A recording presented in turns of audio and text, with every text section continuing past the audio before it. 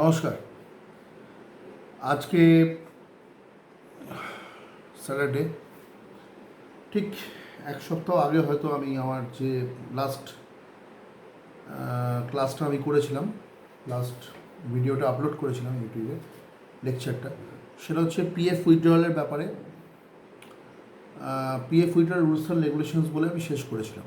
Key key rules and regulations একটা PF থেকে টাকা তুলতে গেলে তার কী কী রুলস অ্যান্ড রেগুলেশনস বা ক্রাইটেরিয়া দরকার সেগুলো নিয়ে আলোচনা করেছিলাম।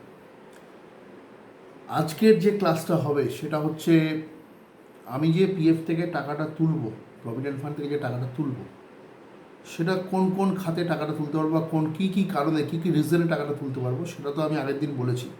যেমন ম্যারেজ সেরিমনি, সব ম্যারেজ রিলেটেড কোনো কারণে টাকা তুলতে পারি। কোনো এমপ্লয়ি, সে তার ইন্ডিভিজুয়াল, তার নিজস্ব ম্যারেজে হতে পারে, বা তার ছেলে বা মেয়ে যাই হোক, তার রিলেটিভ, তার যাই হোক, সে যে কারণে হতে পারে টাকা তুলতে পারে। আরেকটা হচ্ছে কনস্ট্রাকশনের কারণে টাকা তুলতে পারে। একটা এডুকেশনাল পারপাসে টাকা তুলতে পারে। শরীর খারাপ বা ইলনেসের কারণে টাকা তুলতে পারে। তো এই সমস্ত বিভিন্ন রিজন নিয়ে আমরা টাকা তুলতে পারি। আমরা উইদাউট রিজন কিন্তু পিএফ থেকে, যেটা আমি আগের ভিডিওতে বা আগের ক্লাসে আমি ক্লারিফাই করেছিলাম তোমাদেরকে, যারা আমার ক্লাসগুলো ফলো করো বা যারা এই প্রভিডেন্ট ফান্ডের উইথড্রয়ালের ব্যাপারে যারা ইন্টারেস্টেড তারা ভালো করে শোনো। আগের আমি যেটা, উইদাউট রিজন কিন্তু পিএফ থেকে, প্রভিডেন্ট ফান্ড থেকে টাকা তোলা যায় না। তো আজকে আমি জাস্ট একদম ডাইরেক্ট পয়েন্টসে চলে আসছি, কী কী কারণে কী কী রিজনে টাকা তোলা যায়, এবং সেই রিজনগুলোর জন্য পিএফের কী রুল অ্যাপ্লিকেবল, মানে পিএফের কী রুলস অ্যান্ড রেগুলেশনস অ্যাপ্লিকেবল আছে সেগুলো নিয়ে আমি আজকে আলোচনা করবো। স্টার্ট করছি। ফার্স্ট নাম্বার ওয়ান হচ্ছে, আমি যেটা আগের দিন বলেছি, what are the common reasons for PF withdrawal. একটা হচ্ছে তোমার first of all definitely unemployment, যদি চাকরি চলে যায় বা চাকরি না থাকে বা চাকরি ছেড়ে দেয়, তখন আর পরে কীভাবে টাকাটা তোলা যাবে তার কী রুলস অ্যান্ড রেগুলেশনস আছে। দেন হচ্ছে ফর এডুকেশন, তারপরে আসবে ম্যারেজ, তারপরে আসবে মেজর মেডিকেল এমার্জেন্সিস, আদারওয়াইজ তারপরেও আসতে পারে স্পেশালি অ্যাবেল ইন্ডিভিজুয়ালস, মানে ফর স্পেশালি অ্যাবেলস ইন্ডিভিজুয়ালস, যে কেউ হতে পারে তোমার রিলেটেড। হ্যাঁ, তা এছাড়া তুমি টাকা তুলতে পারো তোমার কোনো এক্সিস্টিং ডেট বা তোমার কোনো দায় মেটাবার জন্য তুমি টাকা, বা কোনো ঋণ মেটাবার জন্য তুমি টাকা তুলতে পারো। ঠিক আছে?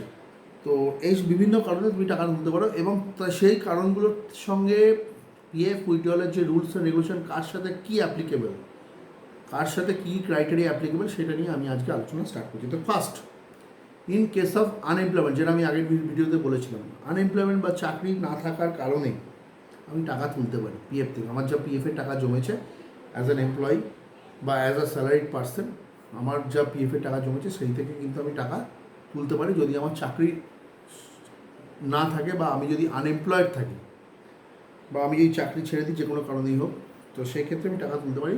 তার রুলস অ্যান্ড রেগুলেশনটা আমি বলছি। In case of unemployment, a PF account holder can withdraw 75% of the total accumulated fund.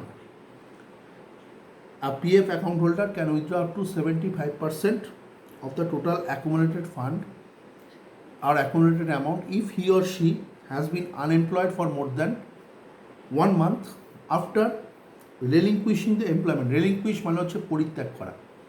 রেলিকুইশের Bangla মানে হচ্ছে পরিত্যাগ করা বা চাকরি ছেড়ে দেওয়া। এখানে আনএমপ্লয়মেন্টের ব্যাপারে হচ্ছে, যদি রেলিকুইশটাকে যদি রিলেট করা যায়, তাহলে রেলিকুইশিং মানে তার চাকরি ছেড়ে দেওয়া, পরিত্যাগ করা, চাকরি পরিত্যাগ করা। যাই হোক, সেক্ষেত্রে আমি 75% অবধি যে কোনো এমপ্লয়ি যদি সে চাকরি ছেড়ে দেয়, 1 মাস যদি সে হয়ে যায়, কমপ্লিট হয়ে যায়, 1 মাসের ওপরে যদি হয়ে যায়, তাহলে সে 75% টাকা পিএফ থেকে তুলে নিতে পারবে, যদি আনএমপ্লয়েড থাকে 1 মাসের ওপরে। আর এটা আরও যদি এক্সটেন্ড করা যায়, রিমেনিং 25% সে টাকাটা তুলতে পারবে যদি সে 2 মাসের বেশি বা 2 মাস আনএমপ্লয়েড থাকে। 2 মাসের বেশি সে আনএমপ্লয়েড যদি থাকে, তাহলে সেক্ষেত্রে কিন্তু বাকি যে 25%, 75%-এর পরে যে বাকি 25% টাকাটা, যা টাকাই থাক, যত টাকাই অ্যাকুমুলেট হয়ে থাকুক, সেই টাকাটা বাকি 25%, সেটা কিন্তু সে যদি 2 মাস, 1 মাসের পরেও তারপরে যদি 2 মাসও অতিক্রান্ত হয়ে যায়, 2 মাস যদি সে টাইম পিরিয়ডটা যদি পেরিয়ে যায় for as unemployed or for unemployment, তাহলে সেক্ষেত্রে কিন্তু চাকরি চলে যাওয়া বা চাকরি ছেড়ে দেওয়ার 2 মাস অতিক্রান্ত হয়ে গেলে বাকি টাকাটা 25% কিন্তু সে টোটাল টাকাটাই সে তুলে নিতে পারবে। মানে 1 মাস হচ্ছে 1 মাস কমপ্লিট হলে 75% তুলতে পারবে, 2 মাস কমপ্লিট হলে বাকি 25% তুলে নিতে পারবে, বা টোটাল 100% তুলে নিতে পারবে। তো এই গেল হচ্ছে in case of unemployment. Next হচ্ছে for education. PF account holder can withdraw up to 50% of total employees contribution. ভালো করে মাইন্ড ইট, এমপ্লয়িজ কন্ট্রিবিউশন। হ্যাঁ, PF account holders can withdraw, এটা কিন্তু during the service, when you are in service. যদি যে PF account holder যদি সে সার্ভিসের মধ্যে বা মধ্যবর্তী টাইমে যদি সে টাকা তুলতে চায় ফর এডুকেশন পারপাস, পড়াশোনা বাবদ বা এডুকেশনের খরচার জন্য যদি টাকা তুলতে চায়, টাকা যদি প্রয়োজন হয়, টাকা যদি তুলতে চায়, তো রুলস হচ্ছে তাকে they have to be, he or she has to be in the job. হ্যাঁ, PF account holders can withdraw up to 50% of the total employees contribution to EPF, employees contribution to EPF, not from employer part. হ্যাঁ, employees contribution to EPF, employer পার্টে কিন্তু তোমরা হাত দিতে পারবে না। During the service, যদি আমরা সার্ভিস চলাকালীন বা সার্ভিস থাকাকালীন যদি টাকা তুলতে যাই, যে কোনো খাতেই হোক, এমপ্লয়ার পার্টে কিন্তু হাত দেওয়া যাবে না, কারণ এমপ্লয়ার পার্টটা সম্পূর্ণ এমপ্লয়ারের ওপর ডিপেন্ডেন্ট। এমপ্লয়ারের অ্যাপ্রুভাল ছাড়া তুমি কিন্তু এমপ্লয়ার পার্ট থেকে টাকা তুলতে পারবে না। এটা আমি এর আগের আমার ক্লাসেও কিন্তু আমি বলেছি, এখনকার ক্লাসেও আমি এটা বললাম। তো ফর এডুকেশন পারপাসটা কি, PF account holders can withdraw up to 50%, will withdraw up to 50% of the total employees' contribution to the EPF to pay for their higher education or to bear the education cost for their children after class 10. Class 10-এর পরে আমি যদি as an পিএফের member, আমার যদি ছেলে বা মেয়ে সে যদি class 10 pass করে যায়, তারপর 11-12-এর পর থেকে তার যে পড়াশোনার যে খরচা বা 11-12-এর যে পড়াশোনার খরচা বা তার উপরে যদি তার যদি বয়স হয়ে থাকে, সেক্ষেত্রে পড়াশোনার খরচা বাবদ যদি কোনো এমার্জেন্সি টাকা লাগে, আমি অ্যাজ আ মেম্বার আমি নিজেকে উদাহরণ দিচ্ছি, আমি as a member, PF member, আমি কিন্তু 50% অবধি টাকা তুলতে পারবো। সেটা কোন 50%? সেটা হচ্ছে এমপ্লয়িজ পার্টের 50%। যদি আমার অ্যাকাউন্টে 10 লাখ টাকা থাকে আমার পার্টে, বা 6-7 লাখ টাকা থাকে, আমি যদি 10 লাখ টাকা, 4 লাখ টাকা, আমি কথা বলছি, 10 লাখ টাকা থাকলে 5 লাখ টাকা আমি তুলতে পারবো। ঠিক আছে, 5 লাখ টাকা অবধি আমি তুলতে পারবো for education purpose during my service period. মানে এটা সার্ভিস পিরিয়ডের বাইরে কিন্তু কোনো প্রশ্নই নেই এডুকেশন পারপাসে টাকা তোলার জন্য। নেক্সট নাম্বার 3 হচ্ছে টু পে ফর ম্যারেজ। আরেকটা কারণ হচ্ছে বিয়ে সংক্রান্ত, বিবাহ সংক্রান্ত কারণে আমি কিন্তু পিএফ থেকে টাকা তুলতে পারি অ্যাজ আ মেম্বার। কার বিয়ে, সেটা একটা বড় কোশ্চেন। বিয়েটা হচ্ছে যদি আমি নিজের বিয়ের জন্য নিজে পিএফ থেকে টাকা তুলতে পারি, যে ভুলটা আমি করেছিলাম, তার কারণে আমার টোটালটাই আমার বিয়ের ডিপেন্ড করতে হয়েছিল কিছু, ম্যাক্সিমাম ক্ষেত্রে প্রায় 90% আমাকে বিয়ার করতে হয়েছিল নিজের বিয়ের জন্য। আমার বাবা আমার পুরো খরচাটা চালিয়েছিল ম্যাক্সিমাম ক্ষেত্রে, পুরোটাই আমার বাবার ওপর, মানে বাবার কাছে আমি ঋণই বলতে পারি। কোনো ছেলে মেয়েই তার বাবা মার কাছে ঋণই না, কিন্তু যে কোনো কারণেই হোক আমি এই কথাটা বলছি, আমি আমার বাবার কাছে ঋণই ছিলাম আমার বিবাহ সংক্রান্ত কারণে। তো বাবা খরচা করেছে, তখন যদি পিএফের এই ব্যাপারটা আমার জানা থাকতো, এই বিদ্যালয়ের ব্যাপারটা বা এই লোনের ব্যাপারটা নেওয়া যায়, তাহলে পিএফ থেকে ডেফিনেটলি টাকা তুলে আমার বিয়ের জন্য আমি খরচা করতে পারতাম। সেটা আমি করতে পারিনি, যে কোনো কারণেই হোক, আমার সেটা নলেজ ছিল না তখন সেই মুহূর্তে, পিএফ থেকে যে টাকা তোলা যায় বিয়ে পারপাসে। তো যাই হোক, তো বিবাহ সংক্রান্ত কারণে কিন্তু আমি পিএফ থেকে টাকা তুলতে পারি অ্যাজ আ মেম্বার। কার বিয়ে, সেটা হচ্ছে নিজস্ব বিয়ে যদি হয় সেটা, আদারওয়াইজ আমার ছেলে বা মেয়ে বা ভাই বা বোন, তাদের জন্য আমি টাকা তুলতে পারি। তাহলে এখানে যদি কথাটা আমি যদি গুছিয়ে বলি, তাহলে কী হয়, the PF withdrawal rules also allow an account holder two withdraw up to 50%। এখানেও কিন্তু 50% of employee share to pay for the necessary expenses for a marriage, and for whom the marriage should be of the individual concerned. Marriage should be for the individual concerned. Who is that individual? That individual is the member of the PF. Suppose me, member of the PF. The marriage should be of the individual concerned. ঠিক আছে, or the account holder's son, daughter, brother or sisters. ঠিক আছে, যে কেউ হতে পারে। However, the provision can be utilized only after the completion of 7 years of, এটা একটা additional rule for marriage purpose, সেটা হচ্ছে however the provision can be utilized only after the completion of 7 years of PF contribution। 7 বছর minimum কিন্তু তাকে contribute করতে হবে পিএফে, 7 বছরের আগে কিন্তু এই পারপাসে টাকা তোলা যাবে না। 7 বছরের আগে এমপ্লয়ের পার্ট থেকে, আবার মাইন্ডেড এমপ্লয়ের পার্ট, এই যে এতগুলো পার্ট আমি বললাম, for education except unemployment, for education, for ম্যারেজটা অবধি বললাম, সেটা হচ্ছে এগুলো সবই কিন্তু এমপ্লয়ের পার্টের কথা বলা হচ্ছে। এমপ্লয়ের পার্টের কন্ট্রিবিউশন 7 ইয়ার্স যতক্ষণ না কমপ্লিট হচ্ছে ততক্ষণ কিন্তু পিএফ কন্ট্রিবিউশন যতক্ষণ 7 বছর কমপ্লিট হচ্ছে ততক্ষণ কিন্তু এই পারপাসে, অর্থাৎ ম্যারেজ পারপাসে বা বিবাহ সংক্রান্ত ব্যাপারে আমি টাকা তুলতে পারবো না।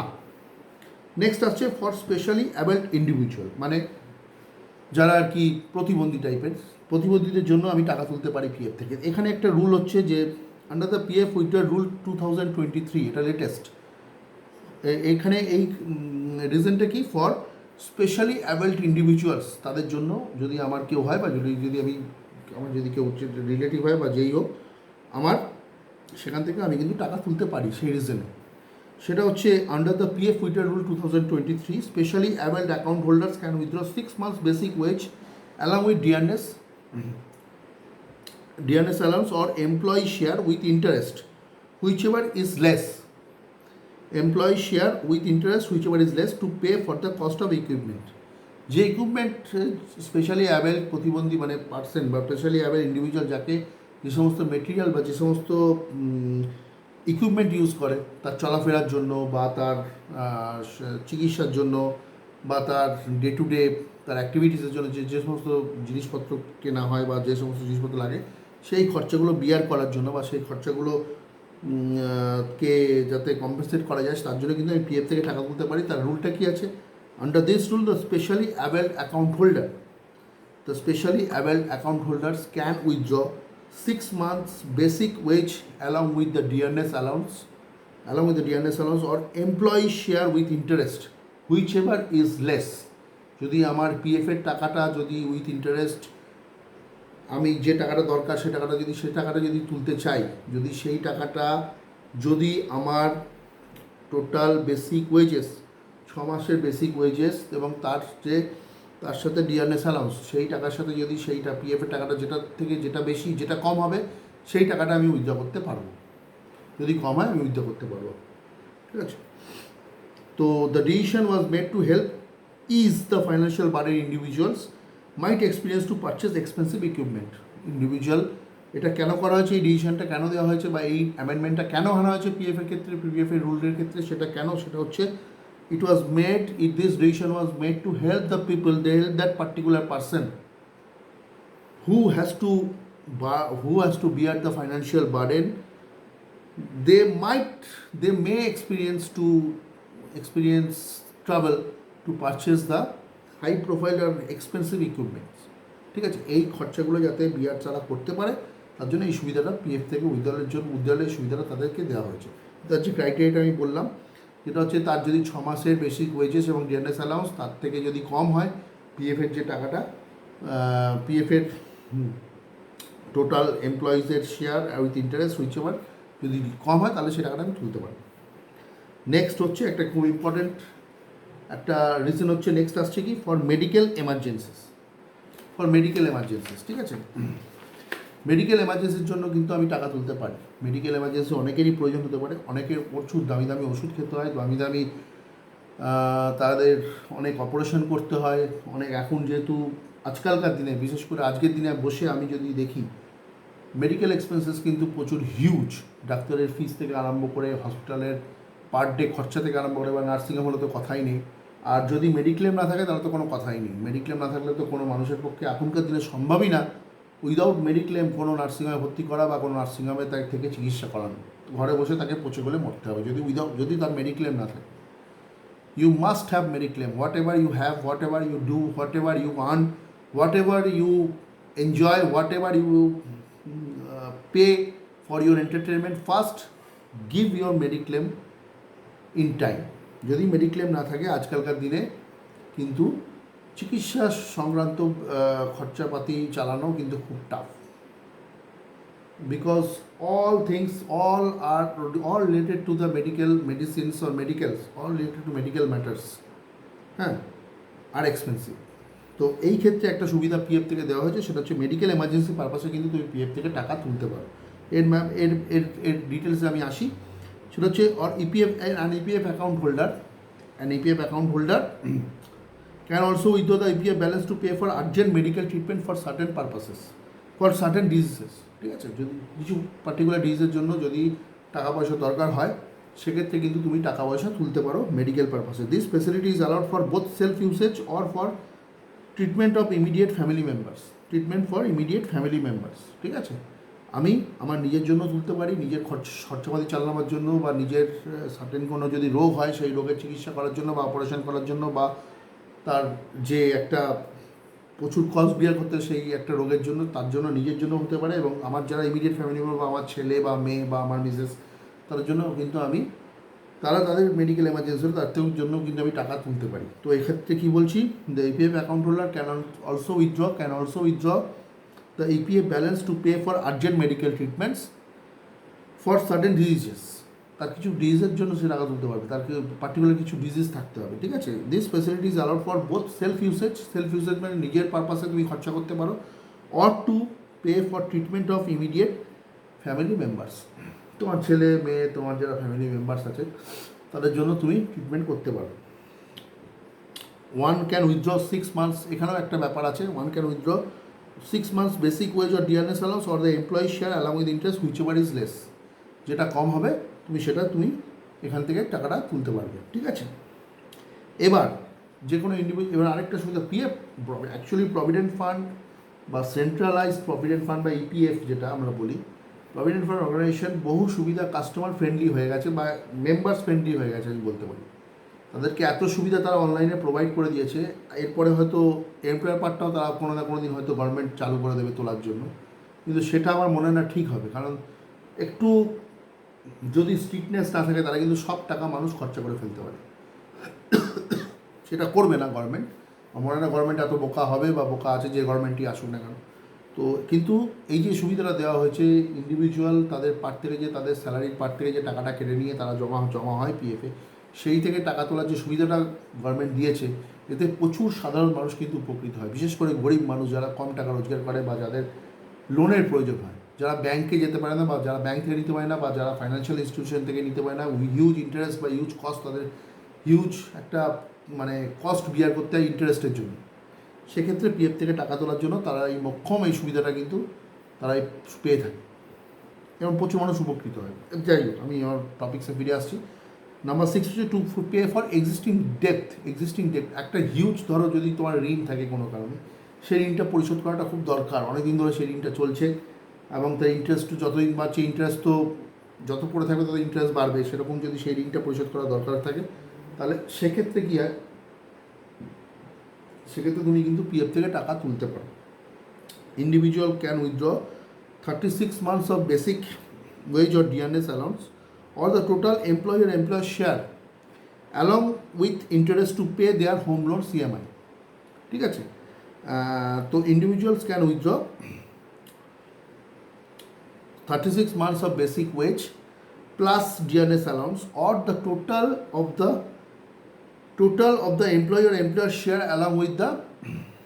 along with the interest to pay their home loan EMIs. যদি হোম লোন থাকে, প্রচুর দিনের লোন এটা পড়ে আছে, বাড়ির লোন শোধ করার প্রয়োজন হয়ে পড়ে, মানে খুব তাড়াতাড়ি শোধ করলে ভালো হয়, সেক্ষেত্রে কিন্তু আমরা এই অপশানটাকে চুজ করতে পারি। However, this facility is available only after a minimum 10 years contribution towards the EPF fund. যেটা আমি বলেছিলাম যে ম্যানেজের ক্ষেত্রে 7 বছরের কন্ট্রিবিউশন থাকা দরকার, কিন্তু এক্ষেত্রে যদি এক্সিস্টিং ডেপ্ট যদি ক্লিয়ার করার দরকার হয়, সেক্ষেত্রে কিন্তু মিনিমাম 10 বছরে কিন্তু আমার কন্ট্রিবিউশন থাকাটা খুবই দরকার। I am eligible for that if I am an employee, because I am an employee in practical case, আমি কিন্তু তার মধ্যে তার এলিজিবিলিটি মানে আমার সেই ক্রাইটেরিয়া কিন্তু অ্যাভেলেবেল আছে, আমি তুলতে পারি। যাই হোক, তো এবার নেক্সট হচ্ছে two purchase residential property or land plots. তুমি যদি কোনো বাড়িঘর কিনতে চাও বা কোনো যদি জমি কিনতে চাও, তার জন্য কিন্তু তুমি পিএফ থেকে লোন নিতে পারো, বা পিএফ থেকে লোন না, পিএফ থেকে অ্যাডভান্স তুমি তুলতে পারো। According to the PF withdrawal rules, the account holder is allowed to make a premature withdrawal to purchase empty land or prefabricated houses. ঠিক আছে, prefabricated houses or empty land তুমি purchase করতে পারো যদি তুমি পিএফের মেম্বার হয়ে থাকো। তো এই হচ্ছে রিজনস ডিটেলস এবং তার রুলস। এবার নেক্সট আমি যেটা আলোচনা করব, আরেকটা জিনিস যেটা আমি আলোচনা না করে পারছি না, এর আরেকটা তোমাদের আরেকটা রিজনও আমরা টাকা তুলতে পারি, সেটা সাধারণত খুব একটা চর্চিত বিষয় না, সেটা হচ্ছে ফর হোম রিনোভেশন। মানে হচ্ছে যদি তুমি তোমার নিজের বাড়িকে রিপেয়ার করতে চাও, রিনোভেশন বলতে পারো বা রিপেয়ারিং বলতে পারো, তোমার বাড়িটাকে তুমি রিপেয়ার করতে চাও বা নতুন করে রিনোভেট করতে চাও বা কিছু ফেব্রিকেশন করতে চাও বা তুমি কনস্ট্রাকশনের কিছু রিকনস্ট্রাকশন মানে কিছু করে কিছু করতে চাও, বাড়িটাকে যদি একটু সাজাতে চাও, সেক্ষেত্রে তুমি লোন পেতে পারো। Provident Fund new rules, these new rules also come with the provision to withdraw 12 months basic wages plus dearness allowance, 12 months basic wages plus dearness allowance, as well the employee share with interest for home alteration, whichever is smaller, এখানেও কিন্তু যেটা সব থেকে কম হবে, ঠিক আছে, for home alteration, improvement or expansion.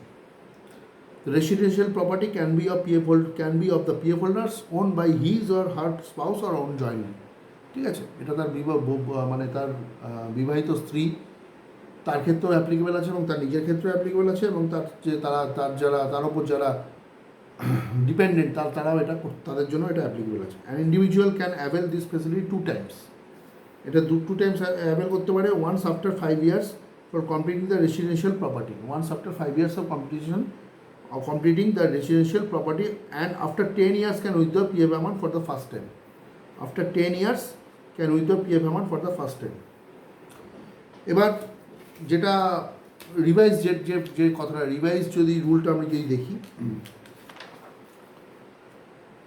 Revise rule যদি আমি দেখি, সেক্ষেত্রে কি আছে, revised EPF withdrawal rules, revised EPF withdrawal rules also allow an account holder to withdraw up to 90% of the accumulated fund, মানে যে টাকাটা জমে গেছে 90% of the account after they reach 54 years of age or year before retirement or superannuation।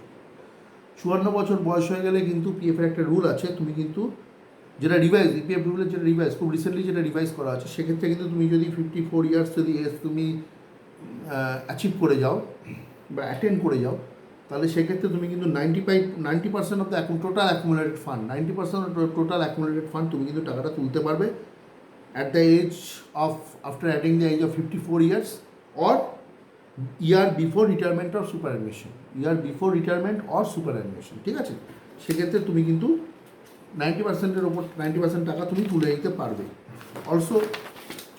Also in case of sudden ডিমাইজ of an employee,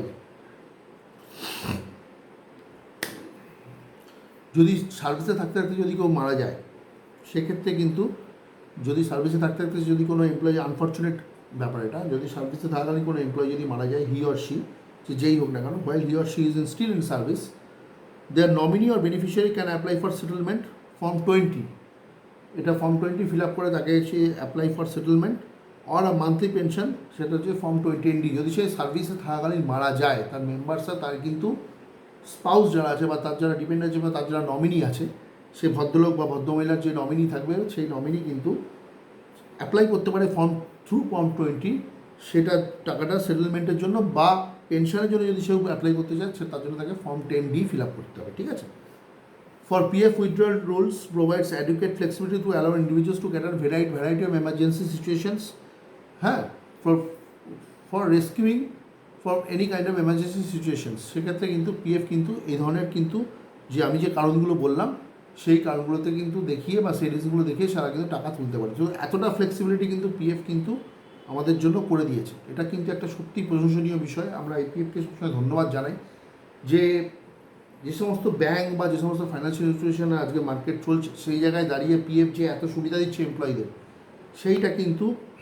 এইটা কিন্তু totally সাধারণ মানুষের, সাধারণ খেটে খাওয়া গরিব মানুষের জন্য বেসিক্যালি। ব্যাংক থেকে লোন কিন্তু সব গরিব মানুষরা বা সাধারণ মানুষরা খুব মানে নিম্ন মধ্যবিত্ত মানুষ চট করে দিতে পারে না, তার কারণ তাদের ইন্টারেস্ট লাগে, প্রচুর ইন্টারেস্ট পেমেন্ট করতে হয়। এক্ষেত্রে কোনো ইন্টারেস্টের ব্যাপার নেই, কিন্তু তোমার যে ফান্ড আছে, তোমার যে টাকা জমেছে, বেশি ম্যাক্সিমাম সেই থেকেই তুমি কিন্তু তোমার যদি ইন সার্ভিস থাকো, সেক্ষেত্রে তুমি টাকা তুলতে পারো, ঠিক আছে।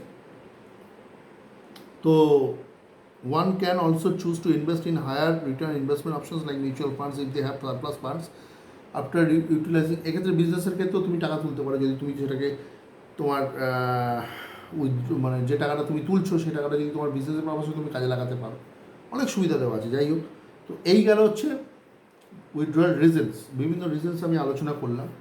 তার মধ্যে সবথেকে যেটা কাজে দেওয়ার রিজন হচ্ছে সেটা হচ্ছে যদি তোমার মেডিকেল পারপাসে বা ইলনেসের পারপাসে তুমি যদি টাকা তুলতে চাও পিএফ থেকে without taking help from any bank or particularly from private bank or any financial institutions, then এই সুবিধাটা এই ধরনের কিন্তু ফেসিলিটিস কিন্তু পিএফ থেকে যেটা দেওয়া হচ্ছে সেটা সত্যিই অনবদ্য এবং সত্যি প্রশংসনীয়। যাই হোক, তো আজকের ক্লাসটা আমি এইখানে শেষ করছি। নমস্কার।